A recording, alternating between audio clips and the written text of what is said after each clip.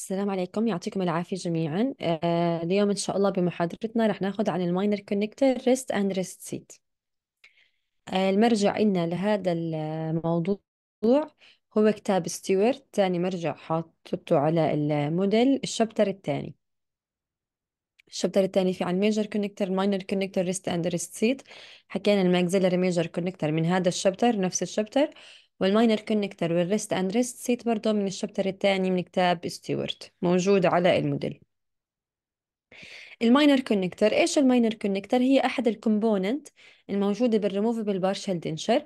البرايمري فانكشن لإلها هي بتعمل جويننج للكومبوننت ريموفبل بارشل دينشر مع الميجر كونكتور. احنا زي ما حكينا المحاضرات الماضيه عن الميجر كونكتور، وظيفتها بتعمل يونيفيكيشن وبتربط كل الاجزاء مع بعض. الماينر كونكتور بتربط هاي الاجزاء مع الميجر كونكتور. الماينر كونكتور برضو كمان هي responsible for distribution of applied force to the supporting teeth and oral tissue. بتعمل distribution للستريسز لما تيجي تربط الكومبوننت مع الميجر كونكتور، في اي ستريس توقع على هاي الكومبوننت هي كمان بتعمل الماينر كونكتور، بتعمل distribution للفورسز اللي اجت على السبورتنج تيث والاورال تيشو. فمنها هي بتعمل distribution لهاي الفورس، لذلك معناها لازم تكون هي ريجيد. هاي الماتيريال، فالريجيديتي is an essential characteristic of all minor connector. كيف حكينا عن الميجر كونكتور لازم تكون ريجيد، والماينر كونكتور برضو كمان لازم تكون ريجيد. لأنه إذا كانت فليكسبل وبصير فيها بندنج أو ديفورميشن لما تيجي توقع على الفورس وهي ما تعرف تنقلها بالشكل الصحيح لأنها هي فليكسبل ويصير فيها بندنج وديفورميشن، هذا بصير بيعمل ستريس كونسنتريشن ودمج للسبورتنج تيث اند سوفت تيشو.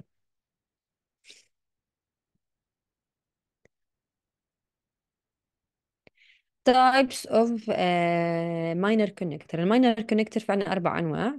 أول نوع minor connector that join a clasp assembly to major connector، وفي عنا minor connector that join an indirect retainer أو auxiliary wrist to major connector، وفي minor connector join a denture base للميجر connector. في عنا minor connector that serve as approach arm for vertical projection bar type clasp. رح نحكي عن واحد واحد فيهم. أول نوع رح نحكي عنه هو الماينر كونكتور اللي بيوصل الكلاسب اسمبلي مع الميجر كونكتور. هسه احنا حكينا الماينر كونكتور وظيفتهم يوصلوا لي باقي الاجزاء من البارشل دينشر مع الميجر كونكتور. ايش من باقي الاجزاء؟ في عندنا الكلاسب اسمبلي دايركت ريتينر، في عندنا الريست او الاندايركت ريتينر، في عندنا كمان الدنشر بيز، في عنا الدايركت ريتينر بتكون بار تايب رح نحكي عنهم كمان شوي. هدول الأنواع كل واحد منهم بحتاج ماينر كونكتور توصله مع الميجر كونكتور، فهي كل نوع حسب شو الإشي اللي عامل له اتاتشمنت أو إيش عامل واصل بين الميجر كونكتور مع مين. بدنا نيجي لأول نوع اللي هو الماينر كونكتور جوينينج كلاس باسمبلي تو ميجر كونكتور. من اسمها هي ماينر كونكتور بتوصل الكلاس مع الميجر كونكتور. هاي صورتها هون، هاي احنا عنا الميجر كونكتور، عفوا هي الكلاسب، هاي الميجر كونكتور. فهذا الماينر كونكتور هون بيكون في عنا زي ما حكينا باللابات دايركت ريتينر بتحتوي على ريتنتيف ارم، هي ريتنتيف ارم، وفي عنا ريسبروكال ارم هيها هون، وفي عنا الريست، وفي عنا هون بعد الماينر كونكتور عشان توصل لي هذا الكلاسب اسمبلي مع الميجر كونكتور. فموست ماينر كونكتور ذات سبورت كلاسب اسمبلي ار، نحن ما حكيناش عنهم. الماينر كونكتور اول شيء لازم تكون ريجيد، ماست بي ريجيد. وحكينا ليش ريجيد، لان هي بتعمل هي سبورت. الماينر كونكتور بتوصل لنا دايركت ريتينر مع الميجر كونكتور، فهي بتعمل سبورت للاكتيف كومبوننت اوف ريموفابل بارشال دنشر اللي هو ريتنتيف كلاسب. وكمان بتعمل سبورت للريست تبع اللي بالدايركت ريتينر، واللي الريست هاي بتمنع الفيرتيكال موفمنت اوف بروثيسز toward underlying tissue. As a result, the minor connector must have sufficient bulk to ensure rigidity. فإذا لازم تكون الماينر كونكتور ريجيد حتى تعمل الستريس ديستريبيوشن بشكل صحيح، وحتى تعمل سبورت للاكتيف كومبوننت اوف ريموفبل بارشال دينشر ريتنتيف كلاس والريست تبعتها. حتى تكون ريجيد لازم تكون sufficient bulk، فيها بلكنس كافي حتى يدعم لنا الريجيديتي تبعها. yet they must be positioned so they do not irritate the oral tissue. كمان البوزيشن تبعها لازم ما يعمل أي irritation للأورال tissue، ولا يعمل annoying للtongue، ولا أي interferences. فوين البوزيشن تبعها؟ معظم الماينر connector that support clasp assembly located on a proximal surface of teeth adjacent to edentulous area. موقعها بالبروكسيمال سيرفيس، اي بروكسيمال سيرفيس، الميزل او الديستال بالبروكسيمال سيرفيس المجاور للايدنشالس اريا. هالايدنشالس اريا في على البروكسيمال سيرفيس للايدنشالس اريا هون. هون في عندنا كلاسب اسمبلي في على البروكسيمال سيرفيس للايدنشالس اريا. وهاي الماينر كونكتور لازم تكون برود باكولينجوال، هي باكولينجوال تكون عريضة مش تكون رفيعة عشان تحافظ على الريجيديتي. و ثين ميزو ديستال، الثيكنس تبعها ميزو ديستال بده يكون ثين. ليش؟ حتى ما يعمل لي يعني إيه، يسهل علي البليسمنت للبروستاتيك توث الناتشرال بوزيشن. In many instances, the clasp assembly must be positioned on a tooth that is not adjacent to edentulous space. ممكن تكون، احنا حكينا البوزيشن تبع الماينر كونكتور هاد بال at proximal surface of the teeth adjacent للإيدنشلس area، بس ممكن يكون هذا الكلاسب جاي بمنطقة مش قريب، مش adjacent للإيدنشلس area زي هون. فوين أنا بحطه؟ او البوزيشن للماينر كونكتور تبعي بيكون الماينر كونكتور should be positioned in the associated lingual embrasure، بالlingual embrasure. مش فيهم lingual embrasure بين الأسنان، فهو بالlingual embrasure. ليش؟ حتى ما يكون يكون بلك طالع كثير عن الكونتور تبع السن، وبالتالي ممكن يعمل انكروجينج للتنج سبيس.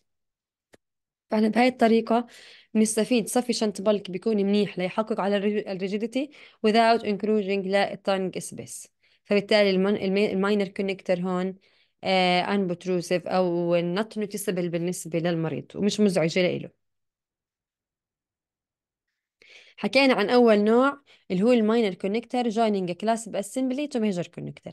النوع الثاني minor connector joining ال indirect retainer or auxiliary wrist to major connector. ايش يعني؟ احنا حكينا بالمحاضرات الماضيه عن اندايركت ريتنشن شوي والاندايركت ريتينر، بس لسه ما وصلنا لمحاضره الاندايركت ريتينر، رح نحكي بالتفصيل عنها. الاندايركت ريتينر حكينا عنه احنا بنحتاجه بالعاده بحالات الديستال اكستنشن مثل كلاس 1 وكلاس 2. بهاي الحالات انا بحتاج اندايركت ريتنشن، بينما بالحالات مثل كلاس 3 مش يعني قليل ما احتاج اندايركت ريتنشن. الريتنشن بيكون كافي من الدايركت ريتينر لحاله، ما بحاجه اكون لا اندايركت ريتينر. هذا هو الاندايركت ريتينر. بيكون الاندايركت ريتينر عباره عن، بالعاده عباره عن ريست.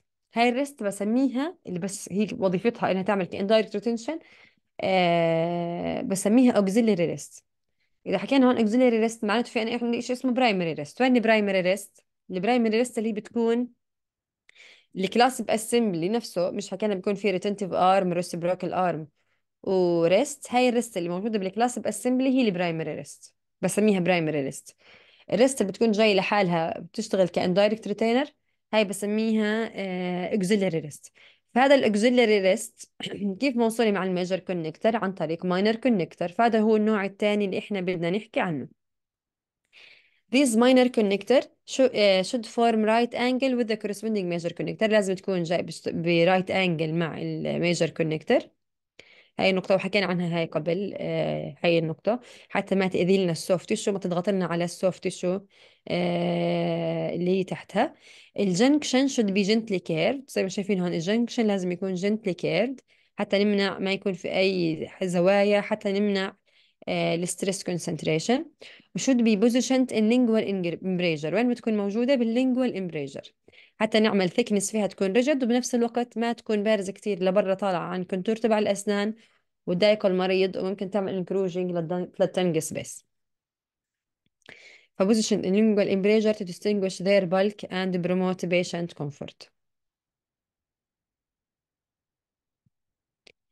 النوع الثالث من الماينر كونكتور اللي هو joining الدنشر بيز to major connector. هذا ماينر كونكتور بيوصل بين الدنشر بيز مع الميجر كونكتور. هذا هو شايفينه، هذا هو الماينر كونكتور. طلع على الصورة هون، هذا هو مثلا، هذا هو الماينر كونكتور. أنا لسه بدنا نحط بعدها دنشر بيز من أكريليك دنشر بيز أو ميتاليك دنشر بيز ونصف عليها الأسنان. فهذا كيف الاكريل مثلا بده يكون واصل مع الميجر كونكتور هون. هذا ماينر كونكتور بنحط هون على السد اريا، بعدها احنا بنحط عليه الاكريل، فهو بوصل اللي بين الاكريل اللي حطيناه هون مع الميجر كونكتور. هذا النوع الثالث في منه الماينر كونكتور، هاد في منها انواع. في عنا ايش اسمه اوبن كونستراكشن او اوبن لاتس، ممكن تسمعوا اسمها هاي هون. وفي عنا المش كونستراكشن زي هون. وفي عنا البيد وير اور نيل هيد كومبوننت اون ميتال بيز زي هون. فرح نحكي عن واحدة واحدة. أول نوع اللي هو قبل ما نحكي عنهم، بشكل عام بالنسبة لهذا الماينر كونكتور اللي بتعمل joining الدنشر بيز تو ميجر كونكتور must be strong enough، لازم تكون ريجد. إذا لحد الآن حكينا ثلاث أنواع من أنواع الماينر كونكتور. النوع الأول اللي هو joining class assembly to measure connector لازم يكون ريجد. النوع الثاني الماينر كونكتور joining indirect retainer أو الauxiliary rest مع الميجر كونكتور برضه لازم يكون ريجد. والنوع الثالث الماينر كونكتور جويننج الدنشر بيز مع الميجر كونكتور برضه لازم يكون سترونج انف وريجد انف. ليش سترونج انف؟ حتى يعمل انكر للدنشر بيز مع الريموفبل بارشال دنشر فريم ورك. وكمان بده يكون انا عندي كمان ريجد حتى طبعا يكون ريزيست للفراكتشر اند ديسبيسمنت. وكمان هاد must provide minimal interference with the arrangement of artificial teeth. يعني طلعوا لي هون احنا بنكون حاطين احنا ماينر كونكتور هون، بعدها رح نحط الدنشر بيز، بعدها رح نصفي الاسنان.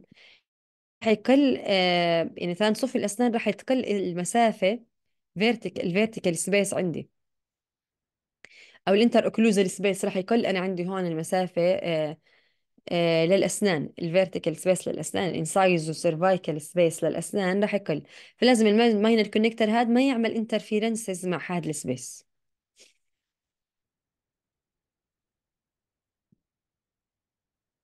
فبدنا نشوف كيف البوزيشن، وين البوزيشن تبعها. كنا نحكي مثلا عن الماينر كونكتور الجويننج الاوكسيلري ريست مع الميجر كونكتور بده يكون البوزيشن تبعها باللينجوال امبريجر. الميجر كونكتور اللي هي جويننج الكلاسب اسمبلي مع الميجر كونكتور حكينا البوزيشن تبعها على البروكسيمال سيرفيس ادجيسنت للايدنشلس اريا. واذا كانت بمكان ما في عنا ايدنشلس مش ادجيسنت للايدنشلس اريا بتكون باللينجوال امبريجر برضه.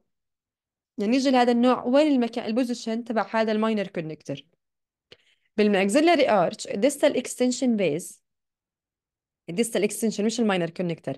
الديستال اكستنشن بيز must extended to the entire length of the ridge and should cover the tuberosity. هذا بالنسبة للديستال اكستنشن الديستال اكستنشن بيز الدنشر بيز تبعتنا الأكريل لازم يغطي لنا كل ال entire length كل الريدج and should cover يغطي لي كل التوبرosity. الماينر كونكتور لوين بده يكون واصل؟ اذا الدنتشر بيز تكون وصلت لي لاخر التوبرسيتي. الماينر كونكتور وين بده يكون واصل؟ should extend as far posteriorly. الماينر كونكتور should be extend as far posteriorly as is practical. بالعادة الماينر كونكتور may extend beyond the most prominent portion of maxillary tuberosity. بالنسبة للمانديبولار arch الدنشر بيز الديستال اكستنشن للدنشر بيز must cover الريترومولر بعد لهون زي ما كنا نعمل الدنشر. الماكسيلاري تيوبرس عفوا الماينر كونكتور لوين بدها توصل؟ تلتين هاي المسافة، أيوة من هون لهون إكس. طول الماينر كونكتور طول هاي تلتين هاي المسافة. تلتين اللينث اوف ذا ايدنشلس ريدج طول الماينر كونكتور. بينما بالماكسيلاري بنوصل لعند as far posteriorly as is practical. بنوصلها بالعادة لعند الموست prominent portion بالتيوبرسيتي. This provide adequate support and طبعا احنا هذا الامتدادات تبعتنا ليش احنا بنمد لهون؟ لانه هاي الامتدادات بتعمل support retention للدنشر بيز. يعني اذا كانت كتير قصيرة الدنشر بيز posteriorly مش راح يكون لها في support كفاية. هيك حكينا عن الريكويرمنت لهذا النوع من الماينر كونكتور. احنا حكينا هذا الماينر كونكتور في منه ثلاث انواع اللي هو الاوبن لاتي كونستراكشن مش كونستراكشن والبيد واير اور نيل هيد. بدنا نيجي نحكي عن واحد واحد فيهم. اول شيء الاوبن كونستراكشن هذا هيك شكله بيكون. اوبن كونستراكشن من ايش بتكون؟ زي ما شايفين بالصورة في عنا لونجتودينال ستراتس وترانسفيرس ستراتس. بالمانديبلر ارش كيف البوزيشن تبعهم هدول؟ واحدة من اللونجتودينال ستراتس بتكون جاي بوزيشن على بكل تو ذا كريست اوف ذا ريدج، والثاني بتكون لينجوال لكريست اوف ذا ريدج. بالماكسيلاري ارش اللونجتودينال ستراتس هاي بتكون جاي على بجهة بكل تو ذا كريست اوف ذا ريدج، وبجهة اللينجوال البوردر اوف ذا ميجر كونكتور هون هو generally act as the second longitudinal struts. تمام. positioning longitudinal struts along the crest of the ridge must be avoided. بصيرش نحط longitudinal struts هاي بالضبط على طول كريست اوف ذا ريدج، بنخليها بكل إلهم ولينجوال لإلهم مش عليها، لأن هذا الإشي بيعمل انترفيرنس مع البليسمنت للارتفيشال تيث، ممكن كمان يصير دنشر بيز فراكتشر. فيعني مش هون على كريست اوف ذا ريدج، بنخليها بكلي جاي ولينجولي. هذا بالنسبة لللونجيتودينال ستراتس. بالنسبة للترانسفيرس ستراتس also must be positioned to facilitate the placement of artificial teeth. الترانسفيرس ستراتس بالعادة هدول بنعملهم وين؟ بنعملهم ديزايننج إنهم يكون مكانهم بين النك اوف ذا artificial teeth. يعني بتخيل انه انا في عندي اصف سن هون والسن الثاني هون، فهي بحط كل الستراتس بين النك اوف ذا تيث. لما يكون في عندي، ليش؟ لانه اذا كان في عندي انا بالعاده لما اجي اصف الاسنان بصير اصفهم هون بهذه الاماكن بالنص، فما بتاخذ لي مش احنا حكينا انا لما احط الماينر كونكتر لازم ما تعمل انترفيرنس مع الفيرتيكال سبيس لما اصف الاسنان، مش الماينر كونكتر هون ودنشر بيز ما يضلش وسع على الاسنان فيرتيكالي، بدي اضطر اقصر من الاسنان كثير عشان يضلهم ضمن الاوكلوجن تبعه ما يكونوا رافعين العضه. فانا بصف لما اجي اعمل الدايركت الماينر كونكتر بهي الطريقه بشكل عام ما بتاثر لي كثير على الفيرتيكال سبيس، بصف الاسنان بينهم هون فمش راح يتاثر لي الفيرتيكال سبيس. هسا اذا كان احنا عندنا الفيرتيكال سبيس كثير كبير وكافي adequate room for replacement of teeth, number of transverse struts not critical. بينما إذا كان في إحنا عندنا الفيرتيكال سبيس is minimal, improper placement للستراتس هاي ممكن يعمل difficulty in tooth placement. إذا كانت السبيس كافي ما في عندي مشكلة بعدد الترانسفيرس ستراتس. إذا الأوكلوجن مش كافي، لا إذا المسافة مش كافية، لا لازم أعملهم بين النك أوف ذا تيث عشان أصف الأسنان هون، أصير أحط قاعدة الأسنان بينهم فما بتأثر السبيس عندي. must be relieved. هسا احنا حكينا هاي الماينر كونكتر راح نحط عليها الدنشر بيز الأكريل. هذا الأكريل عشان يكون ريتنتيف مش راح بس أجي أحطه من فوق، راح يفلت من فوق الماينر كونكتر، فبحطه من فوق وبحطه من تحت. فهي الصورة هون طلع كيف بهذا ال السكشن. هاي احنا عندنا الميجر كونكتر، هاي الماينر كونكتر هون، وهي الدنشر بيز بنحط عليها الأكريل بنحط عليها الأسنان. الدنشر بيز ما اجت فوق الماينر كونكتر بس بتنزل كمان تحته عشان ضلها ماسكة. فعشان تقدر تنزل تحته هذا الماينر كونكتور ما بده يكون ادابتد 100% على الكاست، بده يكون في سبيس بينه وبين الكاست عشان فيما بعد لما نيجي نعمل ادابتيشن للاكريل، الاكريل يكون جاي فوق ويكون جاي تحته. فعشان هيك ماست بي ريليف، لازم نعمل ريليف تحتها عشان نترك شوية سبيس فيما بعد لما نعمل باكينج للاكريل عليها يكون في سبيس كافي يدخل الاكريل، يكون من فوقها ومن تحتها مغطيها. ف must be relieved using appropriate thickness of wax. بواكس بنحط احنا طبقة من الواكس على الكاست بسمك معين، بعدها بنعمل بنعمل ديزايننج للماينر كونكتور هذا.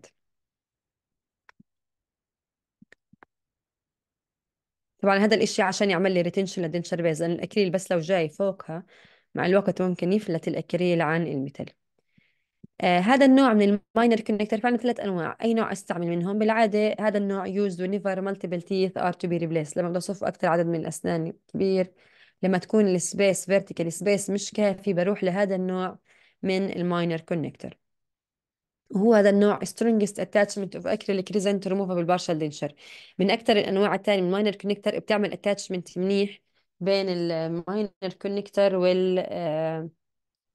بتعمل اتاتشمنت منيح بين الماينر كونكتر، عفوا بين الدنشر بيز وبين الميجر كونكتر. فاسيليت ريلايننج اند ريبيزنج. هذا مع الوقت لانه هون في اكريل من تحت مش مثل من تحت، انا عندي اكريل هون، فاذا صار في بون ريزوربشن بقدر اعمل انا تبطين لهذا الطقم، وبنقدر نعمل له ريبيزنج كمان. هي حكينا عن اول نوع الاوبن كونستراكشن. النوع الثاني المش كونستراكشن هيك بيكون شكله.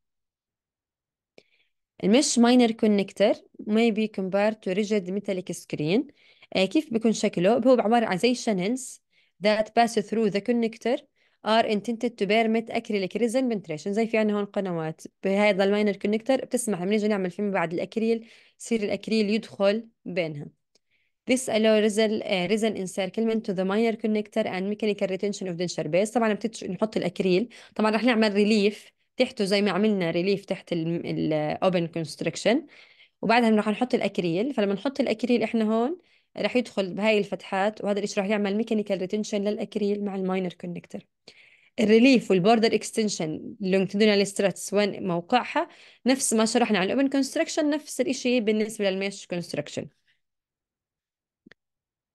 المس كونستراكشن ايش الدروباكس لإلها لهذا النوع من الماينر كونكتور؟ اول إشي the difficulty it present during the backing of acrylic resin.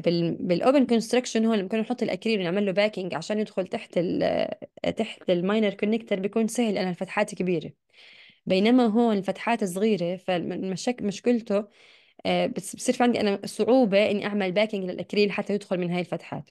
والستديز توصلوا انه كل ما كانت سمولر، اللي كانت سمولر اوبننج من ماينر كونكتور راح يكون الاتاتشمنت ويكر، لانه ما بنكون ضامنين انه 100% دخل الاكريل كله بهاي الاماكن. كمان disadvantage تانية المش construction also may interfere with the arrangement of prosthetic teeth. هون ما بقدر أصفي الأسنان بين الستراتس لأنه هون كلهم شايفين كيف الشننز موجودين، فصفة الأسنان كلها راح تكون فوقهم. فإذا أنا ما كان في أنا عندي vertical space كافي، هاي راح تعمل انترفيرنسز مع تيث ارينجمنت. ممكن اضطر نقصر من طول الاسنان من عند النك اوف ذا تيث، احاول بصير اعمل جرايندنج اقصر من طول السن. هذا الاشي طبعا اذا انا عملته راح ياثر على الاستاتيك. فوين restorative space is minimal إذا كان السبيس قليل رح نعمل reduction. هذا الريدكشن ممكن يعمل maybe significant and may result in compromised aesthetic، رح يأثر لي على الاستاتيك. فالمش construction may be used whenever multiple teeth are to be replaced. Nevertheless, open construction is preferred. في عنا إشي كمان اسمه بهدول الماينر كونكتور اللي حكيناهم لأنه إحنا حكينا رح نعمل تحتهم ريليف. المش كونستراكشن والأوبن كونستراكشن حكينا رح نعمل ريليف، هنحط طبقة من الواكس، بعد ما نحط طبقة الواكس هون رح نيجي نبني عليها الماينر كونكتور تبعنا. فالماينر كونكتور هاد مش فولي أداة، مش أداة 100% على الكاست، مش أداة رح يكونوا على التشو.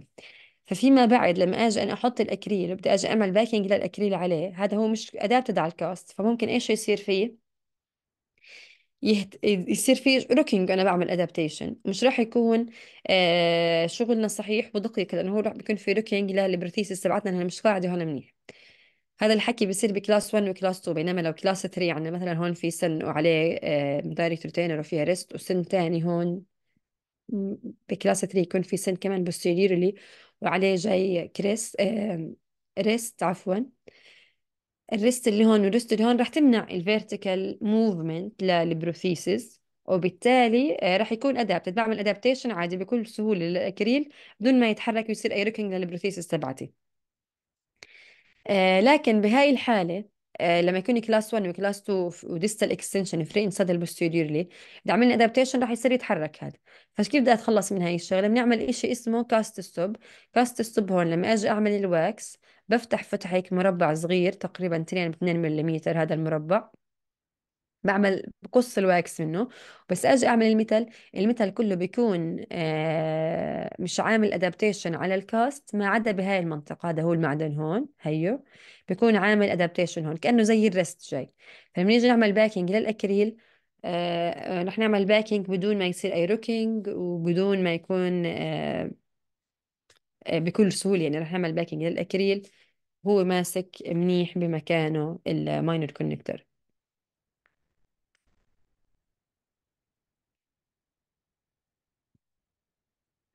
النوع الثالث من الماينر كونكتور اللي هي جويننج الدنشر بيز مع الميجر كونكتور اللي هو البيت نيل هيد اور واير كونستراكشن.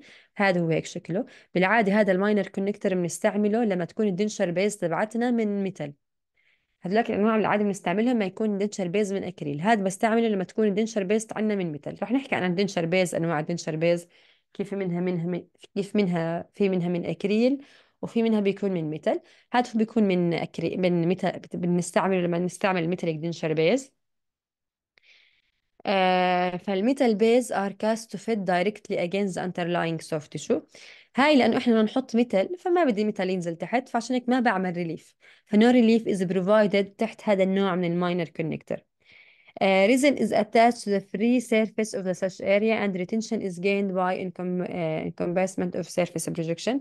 إذا حطينا إحنا أكريل عليها، الأكريل بيكون هون الريزن attached مع هذا الميتال عن طريق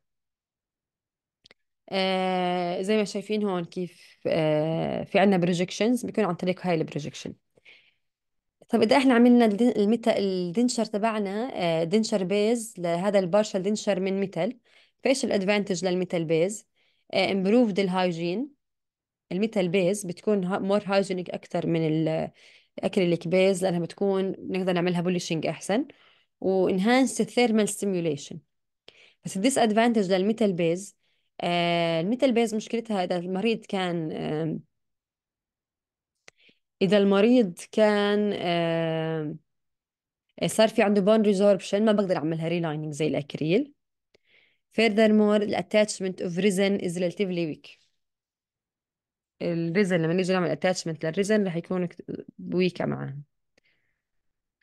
وين أنا بستعمل هذا النوع من الماينر كونكتر؟ لأنه هو مع ميتال بيز بستعمله لأنه حكينا ما بنقدر نعمل له ريلايننج وريبيزنج، فما بستعمله بالحالات اللي بتكون فيها تيشو سبورت، بستعمله بالحالات بتكون توث سبورت. السبورت كله جاي من الأسنان، ما بحتاج للتيشو عشان إذا في من بعد للتيشو اللي أنا بدي أحتاجها صار لها ريزورب، مش بقدرش أعملها أنا ريلايننج، فبروح بستعمله بحالات الشورت سبان توث سبورتد ابلكيشن in patient with well healed ridge. خلصنا الثلاث انواع الاولى من الماينر كونكتور، ضايلنا النوع الرابع والاخير اللي هو الماينر كونكتور serving as approach arm for vertical projection البار تايب كلاسب. ان شاء الله المحاضرات القادمه رح نحكي عن الدايركت ريتينر. الدايركت ريتينر في منه نوعين، في منه نوع اوكلوزالي ابروتش وفي منه نوع جنجيفالي ابروتش. الاوكلوزالي ابروتش كمان بنحكي له سوبرا بلج، والنوع الثاني الجنجيفالي ابروتش بنحكي له انفرا بلج. ايش الفرق بينهم؟ احنا في عنا الدايركت ريتينر وظيفتها انها تعمل لي دايركت ريتنشن، في عنا ريتنتيف ارم بتكون جاي تحت الاندر كت بستفيد منها للريتنشن. اذا احنا جبنا الريتنتيف ارم من اوكلوزال من الاوكلوزال سيرفيس نزلناها لتحت الاندر كت، هذا بسميه اوكلوزال ابروتش. الجنجيفال ابروتش بتكون جاي من تحت من جهة الجنجيفا وجاي باتجاه الاندر كت. يعني الكلاس باسمبلي اللي كنا نشوفه بالاول هون،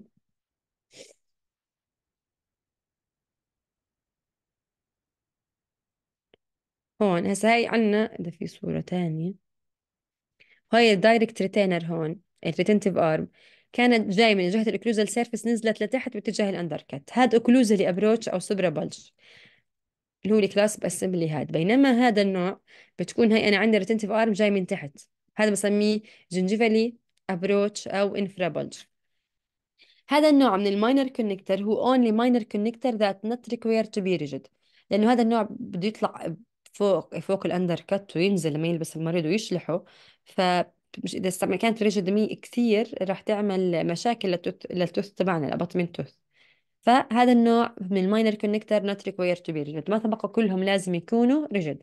في عنا شغلتين بالبروثيسز الار بي دي ما بتكون ريجيد، اللي هو الماينر كونكتور سيرفينج از ابروتش ارم فور فيرتيكال بروجكشن بار تايب كلاسب، والريتنتيف تيب تبعت الريتنتيف ارم تبع الدايركت الكلاسب اسمبلي تبعنا. تمام.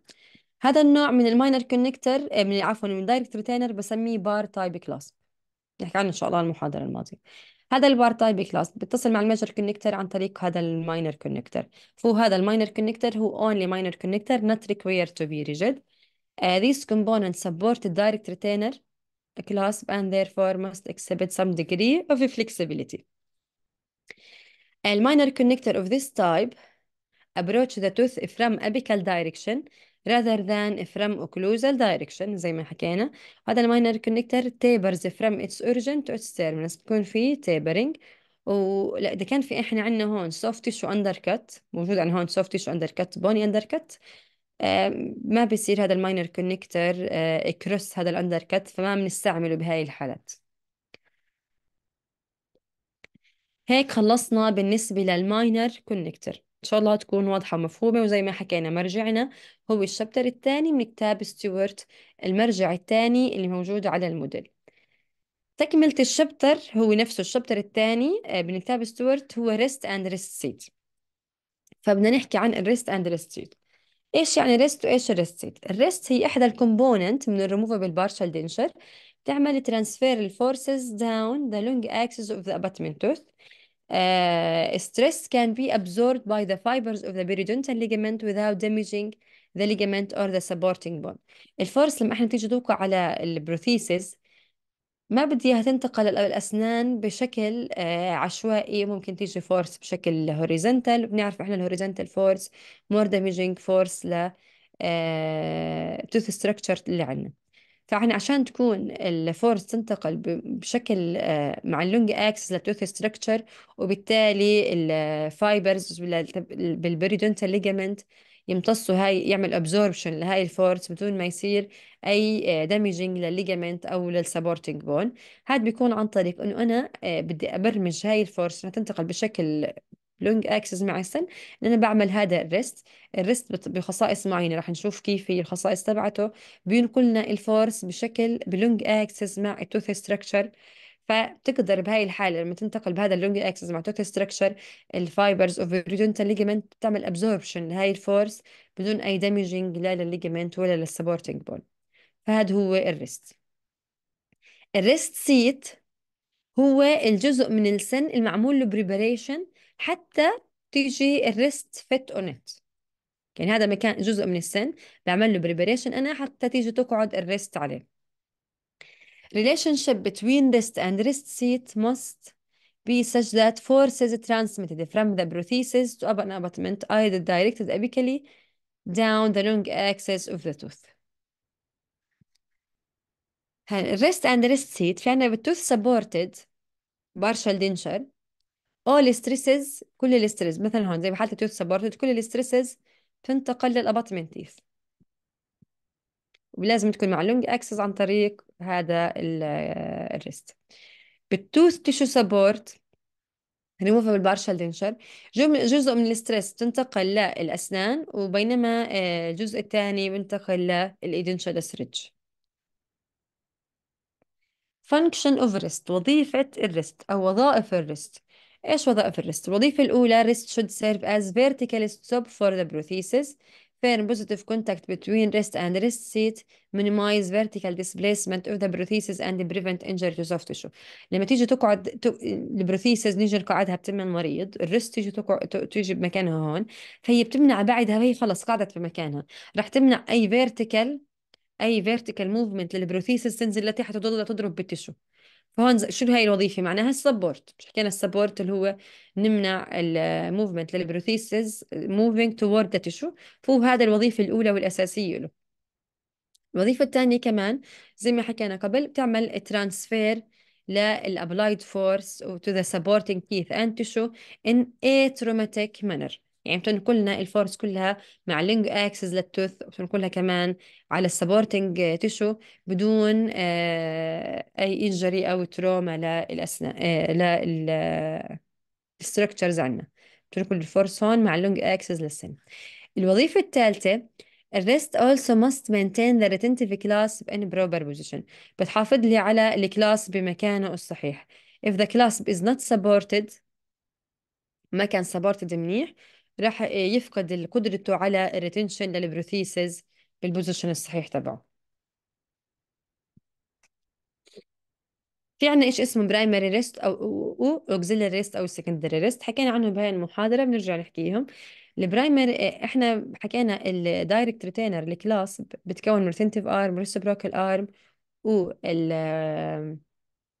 الريست، وكمان بسم الله الرحمن الرحيم الماينر كونكتر بتوصل لي هذا الاشي مع الميجر كونكتر. هاي الريست الموجوده بالدايركت ريتينر بسميها برايمري ريست، بينما الريست اللي بتكون موجودة لحالها بتشتغل كاندايركت ريتنشن بكون مستعملها بحالات كلاس 1 وكلاس 2، هاي بسميها auxiliary or secondary rest. في البرايمري ريست that is part of retentive، جزء من الريتنتيف كلاس باسمبلي. طبعا شو وظيفتها؟ بتمنع الفيرتيكال موفمنت اوف بروثيسز toward the tissue، وهي بترانزمت ابلايد فورس للسبورتنج تيث. الاوكسيلاري ريست او السكندري ريست، ريست is responsible for additional support or indirect retention. احنا بنحتاج indirect retention مثل حالات كلاس 1 كلاس 2 لونج سبان كلاس 4، او بنحتاج سبورت زياده، احنا بنستعمل هذا الريست بنسميها auxiliary rest. These rests are placed anterior or posterior to axis of rotation. هون البوزيشن تبعهم بس ناخذ محاضرة الاندايركت ريتنشن دايركت ريتينر بتفهموها ان شاء الله احسن. الريست في منها انواع رح نحكي عنهم 3 major forms of rest. في عنا شيء اسمه occlusal rest اللي هي بتكون من اسمها seated على الاوكلوزال سيرفيس للبوستيريور تيث. وفي عنا lingual or cingulum rest seated على lingual surface of anterior teeth usually الماكسيلاري canine. وفي عنا الانسايزال rest بتكون seated على الانسايزال edge of anterior teeth. اذا هاي الاوكلوزال ريست على البوستيريور، واللينجوال او السنجولم ريست والانسايزال ريست بكونوا على الانتيريور تيث. هاي بتكون جاي تقريبا عند السنجولم، هاي على الانسايزال edge. بدنا نبلش بالاوكلوزال ريست اند ريست سيت. الاوكلوزال ريست حكينا بتكون جاي على الاوكلوزال سيرفيس للبوستيريور تيث. الاوتلاين تبعها كيف بيكون شكله؟ زي ما شايفين هون تريانجولر. طبعا احنا هيك هي شكلها تريانجولر. طبعا الريست لازم يكون عاملين بريباريشن للسن اللي هو الريست سيت حتى يقعد الريست فيه. شكلها بيكون تريانجولر. البيز تبع هذا التريانجل بيكون باتجاه المارجنال ريدج، والراوندد ابيكس بتكون باتجاه السنتر اوف ذا توث. ولازم تكون سموث جنتل كيرد، ما يكون في عنا هون ما في أي شارب أنجل أو شارب وولز أو ليدجز، كلهم must be avoided. shape of the wrist seat should follow the outline. الشكل هذا يتبع الأوتلاين تبع الفسة، ميزل أو ديستال الفسة بالأبطمنتيس. الأبعاد تبعت الريست، طبعا هاي الأبعاد مهمة وبيجوا عليها أسئلة بالامتحانات. الريست should occupy 1/3 to 1/2 of mesodistal diameter of the crown. بده يكون تقريبا كم، أنا شكلها تريانجولر بس لوين أمد التريانجل تقريبا بده يكون تلت لنص الميزوديستال diameter of the tooth. تمام. العرض باكولينجولي بده يكون نص الباكولينجوال width of the tooth measured from cusp tip to cusp tip. بقيسها ونص هاي المسافة. هاي من الكسب تب، هاي للكسب تب هون، قسنا المسافة إكس، نص هاي المسافة بتكون العرض تبكلينجولي للريست. طبعا هذا الإشي على توث ستراكشر أنا باجي بدي أعمل البريبريشن لهذا الجزء بهاي الطريقة عشان الريست تيجي تقعد بهذا المكان. الفلور اوف ذا اوكلوزال ريست، الأرضية هون اوف ذا اوكلوزال ريست must be inclined slightly toward the center of the tooth. انكلوزد انجل، هسا الريست لما تيجي تقعدي هون في عندنا هاي الريست هيك جاي تقعد هون بانجل بزاويه معينه، بتنزل بعدها الريست على الماينر كونكتور. هذا الانكلوزد انجل بتتشكل بين اللاين دروب داون ذا بروكسيمال سيرفيس اوف ذا توث parallel to long axis of the tooth and the floor of the wrist seat must be less than 90 degree. يعني هاي الزاويه هون بده يكون جاي فيها الريست بدها تكون اقل من 90 درجه. ليش أقل من 90 درجة؟ حتى تقدر تنقل لي الفورس مع اللونج اكسس اوف ذا توث. أكثر من 90 درجة بتصير تعمل تيبينج فورس للتوث عنا، وأورثودونتيك موفمنت راح تعمل له. angle greater than 90 درجة راح تعمل slippage of the prosthesis away from the abutment tooth، وكمان orthodontic movement of abutment tooth اللي عنا. ممكن كمان يصير بين وبون loss. When viewed in a cross section, the deepest part of the occlusal rest seat located near the center of mesial or distal fossa زي ما شايفين بالصورة هون. ال deepest part فيه. From its depth, the floor of the rest seat should rise gently toward the marginal ridge. يعني هون أكثر منطقة ديب، بعدها بضل يطلع gently حتى يوصل للمارجنال ريدج. بعدها بينزل هون، وهو بتكون هاي الزاوية أقل من 90 درجة. بالنسبة للثيكنس تبعنا الأوكلوزال ريست ماست بي على الأقل نص مليمتر ثيك، بدها تكون بأكثر منطقة ثين. بتكونش الثيكنس أقل من نص مليمتر، أقل من هيك بتبطل طبعا رجله ممكن تكسر. وشد بيه كمان الثيكنس يكون من 1 ل1.5 مليمتر ثيك، ورقة ما تعمل كروس للمارجن ريدج.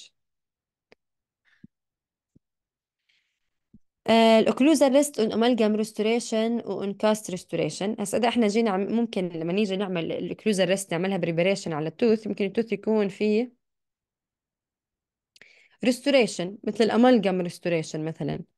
فلما نيجي نعمل بدنا نيجي نعمل احنا البروثيسس تبعتنا على امالجام ريستوريشن، بليسنج اوكلوزال ريست اون لارج امالجام ريستوريشن از هازاردس. اذا احنا جينا عملنا قررنا انه نعمل احنا يكون هذا المريض في عنده امالجام ريستوريشن ونعمل اوكلوزال ريست نعملها بريبريشن عليها، بالعادة ما بنلجأ لهذا الخيار إلا إذا بسبب مادي. يعني المريض ما بيقدر مثلا يلبس سنه كراون، بنضطر إنه إحنا نعمل البروثيسز، نعملها على الأمالجم ريستوريشن. بس شو مشكلتها؟ هاي الأمالجم ريستوريشن إذا المريض في صارت ديفكتيف والمريض اضطر بدنا نشيله إياها، وصار مثلا صار في تحتها تسوس أو إشي، أو صار فيها ديفكت بمكان معين واضطريت أشيلها، إذا شلتها البروثيسس كلها ممكن رح اضطر اصير بدي اغيرها، لانه لما تعمل الريستوريشن الجديده مش رح يكون شكل الريست فيها زي الريست سيت مطابق مع الريست تبع البروثيسس. لانه بالعاده احنا بنعمل بريبريشن على السن، بعدها باخذ طبعه وبوديها للمختبر، ثاني المختبر لما يعمل البروثيسس بيعمل لي شكل الريست حسب شكل البريبريشن انت عامله. فاذا احنا كنا عاملين الامالجم ريستوريشن وغيرناها فيما بعد، جينا نحط امالجم ريستوريشن ثانيه، بتصفي البريبريشن اللي عمله جديد مش مطابق مع الريست الموجوده بالبروثيسز عندنا. بدنا نخبر هذا المريض انه راح يصير ممكن بدك تضطر تغير كل البارشل دينشر تبعك. كمان مشكله تانية، ليش ما بنحب الامالجم ريستوريشن اعمل عليها ريست؟ لان هي الامالجم ريستوريشن عنده بور تنسايل كاركترستيك، بور تنسايل سترينث. فلهي الاسباب انا بالعاده ما بنفضل نعمل ريستوريشن، نعمل البروثيسز تبعتنا على امالجم ريستوريشن. شغلة تانية، لما نيجي نعمل احنا عنا هون، لما نيجي نعمل الريستوريشن تبعتنا ال عفوا نيجي نعمل الريست تبعنا، في انا عندي ريستوريشن وفي عندي توث ستراكشر. البروثيسس تبعتنا هون يفضل تكون يا كلها على الريستوريشن يا كلها على التوث ستراكشر، مش تكون نصها على السن ونصها على التوث ستراكشر، او تكون حدودها جاي على الجنكشن مثلا الامالجم ريستوريشن الموصله لهون، تكون الحدود هاي حدودها مع حدود الامالجم ريستوريشن، لا لازم تكون اكستندد اكثر او قبل، ما بتكون على الجنكشن بين تو ديفرنت سيرفيسز. شيء ثاني اوكلوزال ريست اند كاست ريستوريشن. بالعاده اذا هذا السن مثلا قررنا انه بدنا نعمل له كراون انه نحط عليه الريست، فاحنا بنكون مخبرين فني المختبر انه اعملنا كراون لهذا السن، وهذا السن بدنا نحط عليه مثلا ريست جهة الميزل او جهة الديستال سايد. فهو بالكراون نفسه اللي بيصمم لك اياه بيكون عامل كأنه بريبريشن للريست، بيجيك جاهز من المختبر. فبعد ما نعمله ونركب الكراونات بتم المريض، بعدها باخذ امبريشن وببعثها لفني المختبر عشان يعمل لي البروثيسز، وبتكون الريست حسب الريست سيت الموجودة على الكراون.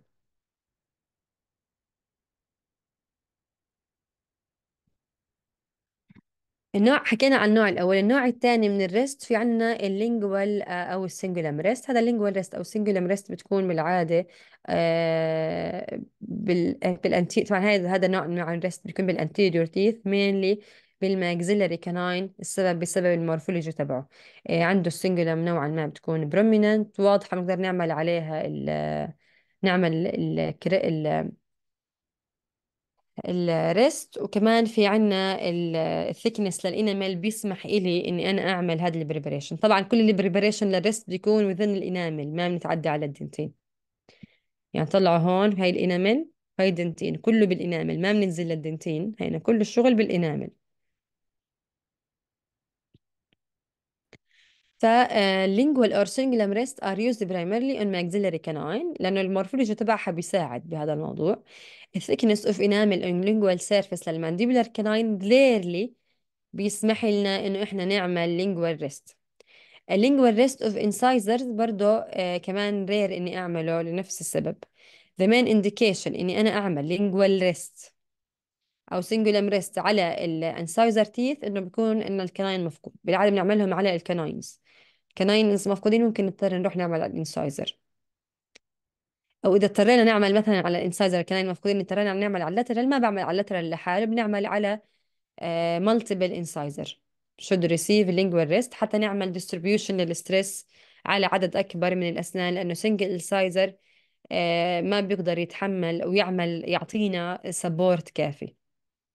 فاحنا بالعاده هذا الرسم بنعمله على الكناين، ماكسيلري كناين.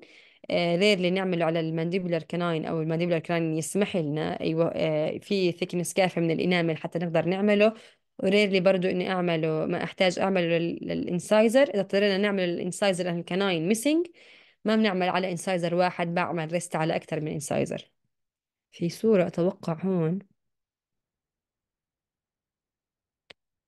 لا شايفين هون في هنا الريست على الكناين، هذا انسايزر الريست المحطوطة هون. يعني إذا الكناين مش مفقودين بضطر أعمله على الانسايزر تيث، بس أكثر من ريست بعمل على أكثر من سن.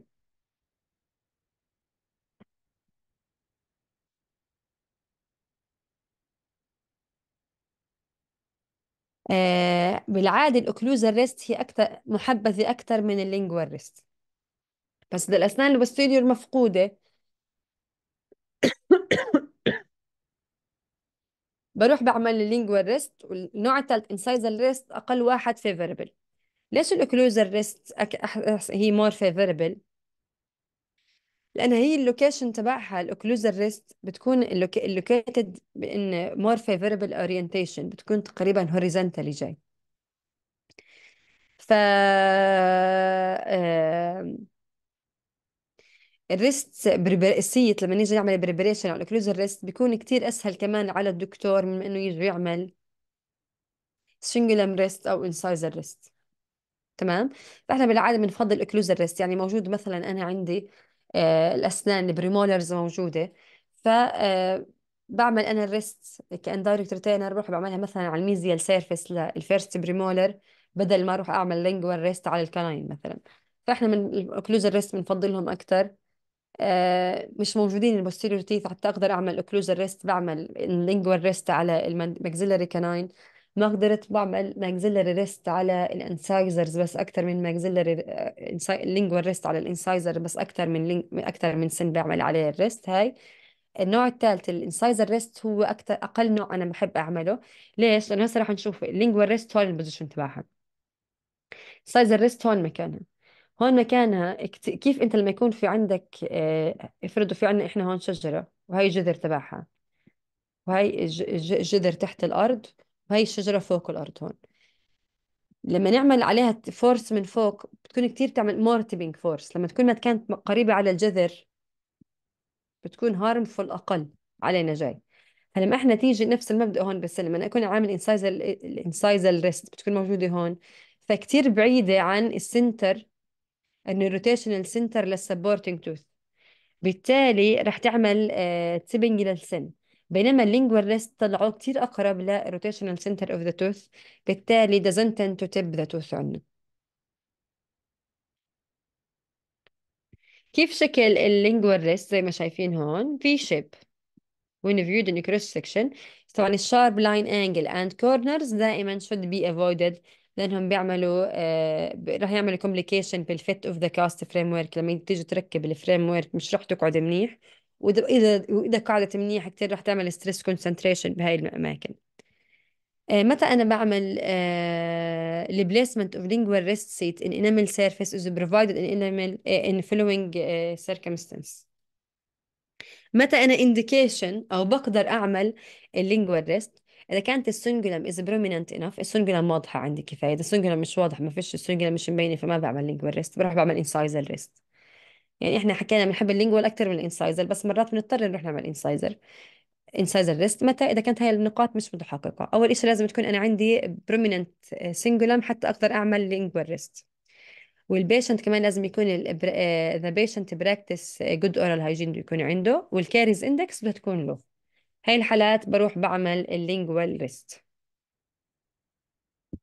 النوع الثالث والأخير هو الانسايزر ريست اند ريست سيت.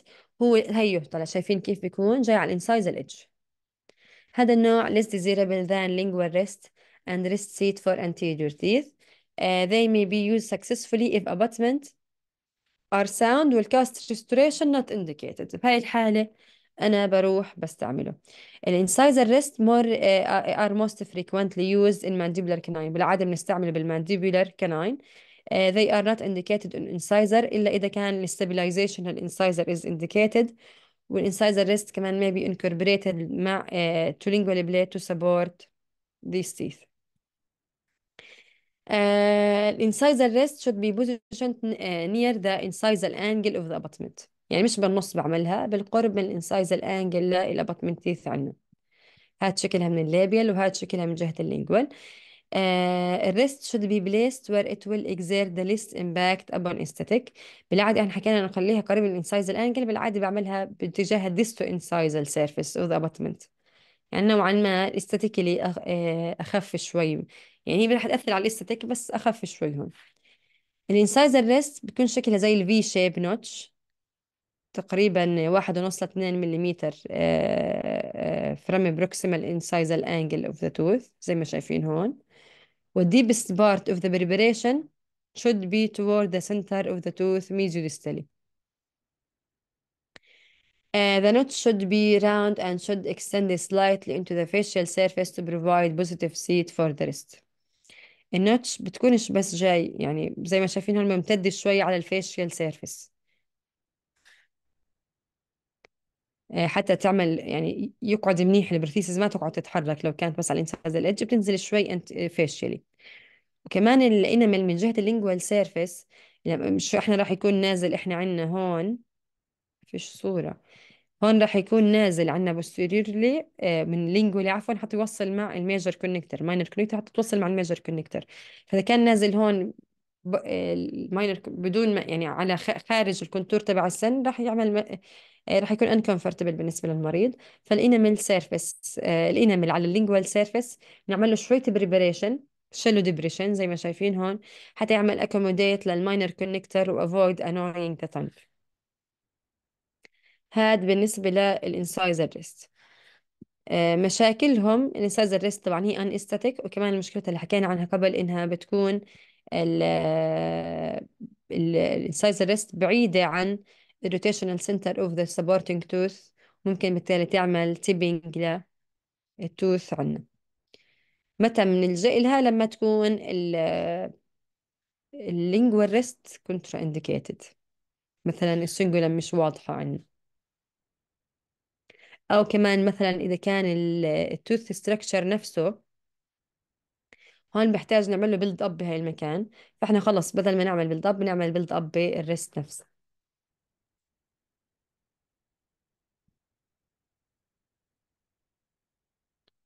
ويعطيكم الف عافية. خلصت محاضرتنا لليوم اللي هي الماينر كونكتور والريست اند ريست سيت، والمرجع زي ما حكينا كتاب ستيوارت الشابتر الثاني.